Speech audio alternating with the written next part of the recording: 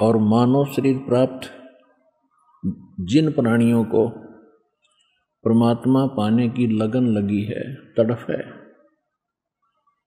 वो बहुत ही अच्छी किस्मत के प्राणी हैं। उनसे भी अच्छी किस्मत उन प्राणियों की होगी जो सतलोक आश्रम बरवाला जिला हिसार से जुड़कर इस दास से दीक्षा प्राप्त कर लेंगे। आप उन्हीं पुण्यात्माओं में से हैं। आपके ऊपर परमात्मा ने रहम करने में कोई कसर नहीं छोड़ी। परमात्मा कहते हैं, सौ छल छिद्र मैं करूं अपने जन के काज। अपनी प्यारी आत्मा को अपनी शरण में लेने के लिए ना जाने कितने छल छिद्र, कितने प्रकार के कारण बनाता हूं। सतलोक आश्रम में और इस सत भक्ति को ग्रहण करने में कोई भी कारण आपका आड़े आया है, वो परमात्मा की ही देन समझ लेना। और कुछ आपके पूर्व जन्म के कमजोर संस्कार, बुरे संस्कारों का भी सहयोग रहा है। आपके साथ में पुण्य संस्कार भी थे और साथ में बुरे संस्कार भी थे। बुरे संस्कारों ने आपके ऊपर दुख कहर तोले और आप जी जो साधना पहले कर रहे थे उसको करते करते आप सुखी महसूस कर रहे थे, कोई कष्ट आया नहीं था। और जब आपके ऊपर संकट आए, पाप कर्मों का दौर शुरू हुआ, आपकी प्रारब्ध की वो रूपरेखा शुरू हुई, दुखों का दौर चला, तो उस समय आपकी जो वर्तमान की सब साधनाएं व्यर्थ हुई। फिर आप जी ने सोचा कोई और साधु संत के पास चलें, वहाँ भी आप गए, वहाँ से भी कोई राहत नहीं मिली। और यहाँ क्योंकि जो वस्तु जिससे सुख होना है, जो औषधि जिस हॉस्पिटल में है, जिससे वो रोग कटना है, तो रोग उस औषधि से ही कटेगा। केवल बड़े बड़े हॉस्पिटल बना लेने से, बड़े बड़े बोर्ड लगा लेने से औषधि उस रोग नाश की है नहीं। तो वहाँ बेशक वो रोगी जाते हैं ये आशा लेकर के हम रोग मुक्त होंगे, लेकिन अंत में उनको निराशा ही हाथ लगती है। आप जो यहाँ पहुँचे हैं, आपके लिए वो दुख वरदान सिद्ध होगा यदि आपने यो ज्ञान समझ लिया। पुण्यात्माओं, यदि परमात्मा इतना ही आदेश देते कि सबको आशीर्वाद दे देना, सब ठीक होते चले जाएंगे, तो कोई बड़ी बात नहीं थी, ये भी हो जाना था। लेकिन उन्होंने ये कहा है कि पहले हमें पहचानो, समझो, और हम क्या उद्देश्य से लेकर के आपको दीक्षा दे रहे हैं इसको भी गहराई से जानो। और जिस दिन आपकी ये दृढ़ आस्था हो जाएगी कि कबीर इज गॉड, उस दिन देखना आपके घर में कितने सुख शुरू होंगे। पल पल में परमात्मा की मेहर दिखाई देगी। परमेश्वर ने स्पष्ट भी किया है, जब आप परमात्मा का भोग लगता है वाणी को, उस समय एक शब्द आता है कि मोकू का खोजा रे बंदे, ढूंढा रे बंदे, मैं तो तेरे पास में। मैं ना मंदिर में, ना मस्जिद में, ना किसी काशी कलाश में। अंत में भगवान कह देते हैं कि यदि तुझे विश्वास हो गया कि मैं परमात्मा हूं, तो उस दिन समझ लेना मैं तेरे पास हो गया। मैं तो विश्वास के अंदर हूं। और विश्वास कबीर साहब पे ये काल होने नहीं देता कि कबीर वो दानक जुलाहा जो काशी में रहता था, वो भगवान, वो परमात्मा और सबका रचनहार। तो एक बार सिर घूम जाता आदमी का, कैसे कैसे हो सकता है। तो ये तो ऐसे कैसे हो या ना हो, पर यह सच्चाई है। अनंत कोट ब्रह्मांड का एक रति नहीं भारे, सतगुरु पुरुष कबीर हैं ये कुल के सिरजनहार। हम सुल्तानी नानक तारे, दादू को उपदेश दिया, जात जुलाहा भेद न पाया वो काशी महे कबीर हुआ।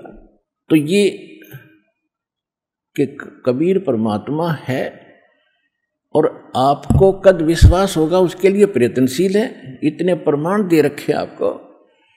अपने जो धार्मिक ग्रंथ हैं, सदग्रंथ, प्रत्येक पवित्र धर्म के पवित्र सदग्रंथ, उनसे प्रमाणित कर दिया कि वो जो कबीर है, जिसको अल्लाहु अकबर कहते हैं, जिसने 6 दिन में सृष्टि रची, 7वें दिन तख्त पर जा बैठा, वो है पूर्ण परमात्मा और उसका नाम कबीर है।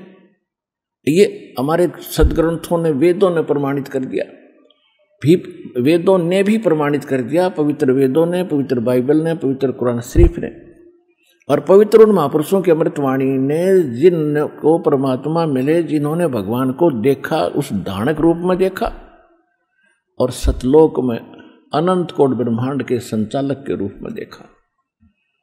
उन महापुरुषों ने कहा है, फाई सूरत मुलुक की वेश, ए ठगवाड़ा ठगी देश, खरा सियाणा भोता वार, ये धानक रूप रहा करता। आदरणीय नानक साहिब जी ने एफिडेविट दे रखा, अपनी आंखों देखा भगवान को। आदरणीय गरीबदास साहिब जी ने कहा कि हम सुल्तानी नानक तारे दादू को उपदेश दिया और जाति जुलाहा भेद नहीं पाया, वो कासीमाए कबीर हुआ और अनंत कोट ब्रह्मांड का एक रति नहीं भार और सतगुरु पुरुष कबीर हैं, ये कुल के सृजनहार। दादू साहिब जी को परमात्मा मिले थे, सचखंड लेकर गए थे, ऐसे ही जैसे गरीबदास साहिब जी को, जैसे नानक साहिब जी को लेकर गए थे, फिर छोड़ा था वापस अपना विटनेस बनाने के लिए। दादू साहिब जी को भी लेकर गए थे और दादू साहिब जी ने कहा कि जिन मुझको निज नाम दिया सोए सतगुरु हमार, दादू दूसरा कोई नहीं, यो कबीर सृजनहार। आदरणीय धर्मदास साहिब जी ने, जिनको परमात्मा सचखंड लेकर गए थे और वापस छोड़ा था, उन्होंने भी यही गवाही दी है। तो अब इससे ये सिद्ध हो गया कि वो परमात्मा कबीर साहिब है। कबीर कौन सा कबीर? जो काशी में, जिसको हम धानक दुल्हा कहते थे। तो जिस दिन आपके हृदय ने ये बात मान ली, और ये भी तब समझ में आओगे जब आप ज्ञान समझोगे, और ज्ञान में ये भी समझ में आएगी कि ये सुप्रीम पावर है, सबसे सर्वशक्तिमान यही परमात्मा है और ये हमारे सब पापों का नाश कर सकता है। बाकी ना ब्रह्मा जी कर सकते, ना विष्णु जी, ना शिव जी, ना गणेश जी, ना राम, ना कृष्ण, और न ही ये ब्रह्म और ना परब्रह्म यानी अक्षर पुरुष। केवल परम अक्षर पुरुष यानी सत्य पुरुष कबीर साहिब, ये हमारे प्रारब्ध यानी किस्मत में लिखे हुए पापों का भी नाश कर देते हैं। और जो पहले के संचित कर्म, जिनके आधार से हम आगे 184 प्रकार के प्राणियों के शरीरों में हमने दुख उठाना था, वो मूल, वो संचित को कर्म है, उसका मूल 84 लाख योनियों में जाने का। तो परमात्मा उनको भी फूकेंगे, उनको भी नाश करेंगे। कर्म भरम ब्रह्मंड के मैं पल में करहूं नेश, जिन हमारी दुहाई दी सो करो हमारे पेश, कबीर साहब कहते हैं। फिर कहते हैं जब ही सतनाम हृदय धरो। हृदय धरो का मतलब है जो हृदय से मान लिया कि सचमुच ये मंत्र है, गॉड गिवन है, तो परमात्मा का दिया हुआ, भगवान का बताया हुआ, और उसकी प्यारी आत्माओं जिनको हम महान संत मानते थे, उन्होंने यही जाप किए, तो ये हृदय में तब समाएगा कि सचमुच हम जो साधना करें फाइनल है। इसके अतिरिक्त पृथ्वी पर कोई भक्ति नहीं है जो श्रेष्ठ है। तो तब कहते हैं जब ही सतनाम हृदय धरो और भयो पाप को नाश, तभी नाश हो जाएगा सब पापों का। और जैसे चिंगारी अग्नि की और पड़े पुराने घास, तो 1,00,000 टन सूखा घास पड़ा हो और उसमें एक माचिस की सीख जला कर उसमें लगा दे, उसने सारे न जलाकर राख कर देगी और चलेगी, फिर तेज आंधी उस स्थान को भी साफ कर देगी। ऐसे आपका पुराना घास यानी पुराने संचित कर्म धर्मराज के दरबार में आपके अकाउंट में ढेर सारे बिना गिनती के, तो मालिक उनको भी फूकेगा, तभी तो 84 लाख योनियों में जाने से हम बचेंगे।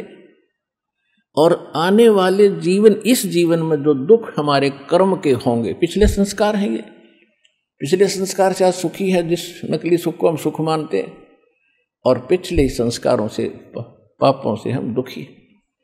तो परमात्मा इस प्रारब्ध के पाप को भी नाश करेगा। तो तभी हम इसलिए भगवान की खोज करते थे कि हम पर कोई आपत्ति ना आवे और हमारे बच्चे भी सुखी रहें, हम भी सुखी रहें, ठीक ठाक अपना जीवन निर्वाह करें और भक्ति जरूर करें। तो पहले तो हम केवल कहीं जाते थे तो उद्देश्य ये होता था बिजनेस में अच्छा लाभ हो, बच्चे सुखी हो, बस दैट्स ऑल। अब हमें वास्तविकता का ज्ञान हुआ कि मोक्ष पहले हो, छोटा मोटा कष्ट भी बेशक बना रहे पर मोक्ष हो। तो कष्ट भी नहीं होने देंगे भगवान। जब मोक्ष देंगे तो कष्ट युक्त व्यक्ति भक्ति कैसे करेगा? और घना सुखी हो गया तो भी भक्ति नहीं करता, ये भी परमात्मा ने खूब मालूम है, वो बालक नहीं है। तो परमात्मा कहते हैं कि जिस समय आप हमारी शरण में आ जाते हो, परमात्मा कबीर जी की शरण में, तो उस समय आपको ये दृढ़ विश्वास कराना अनिवार्य है कि कबीर भगवान है, इसके अतिरिक्त पृथ्वी पर कोई परमात्मा नहीं और इससे अतिरिक्त कोई सत साधना नहीं, जो सतलोकासन वाला जिला हिसार में ये दास प्रदान कर रहा है।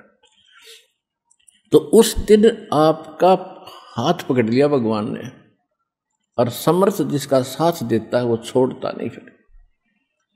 तो सबसे पहले आपने परमात्मा पर विश्वास दृढ़ करना पड़ेगा। कुछ भगत तो ऐसे आते हैं, टीवी किसी ने बता दिया कि उस टीवी में देखो बड़े लोग सुखी हो रहे हैं, और वो एक बार देखते ही भाग लेते हैं, बस हम तो ठीक होने जा रहे हैं। इस उद्देश्य से यहाँ आने की कतई आवश्यकता नहीं कि हम ठीक होने जा रहे। उसके साथ साथ इंटरव्यू जो भक्तों के अनुभव आते हैं, उसके साथ साथ ज्ञान भी बहुत बताते हैं, उस पर भी ध्यान देना चाहिए आप जी ने कि हम उद्देश्य क्या ले रहे हैं ये सुख देने का। तो सबसे पहले यहां आने वाले भक्त को ये जान लेना चाहिए कि हम मोक्ष देते हैं, हमारा ठेका मोक्ष देने का है। यहाँ पर हमारा मूल जो काम है, आपको जन्म जन्म असंख्य जन्मों के संकट से, इस दीर्घ रोग से, जन्म और मृत्यु के रोग से छुटवाने का हमारा मूल काम है। बाकी रही जो कष्ट हैं आप पर, ये भी निवारण करने पड़ेंगे जब आपसे भक्ति करानी है भगवान ने। तो संकट में भक्ति हो नहीं सकती, लेकिन थोड़ा बहुत संकट भगवान जानकर रखते हैं, क्योंकि सुखी होते ही जीव भगवान बोलता है। ये ऐसी बुरी आदत है हमारी।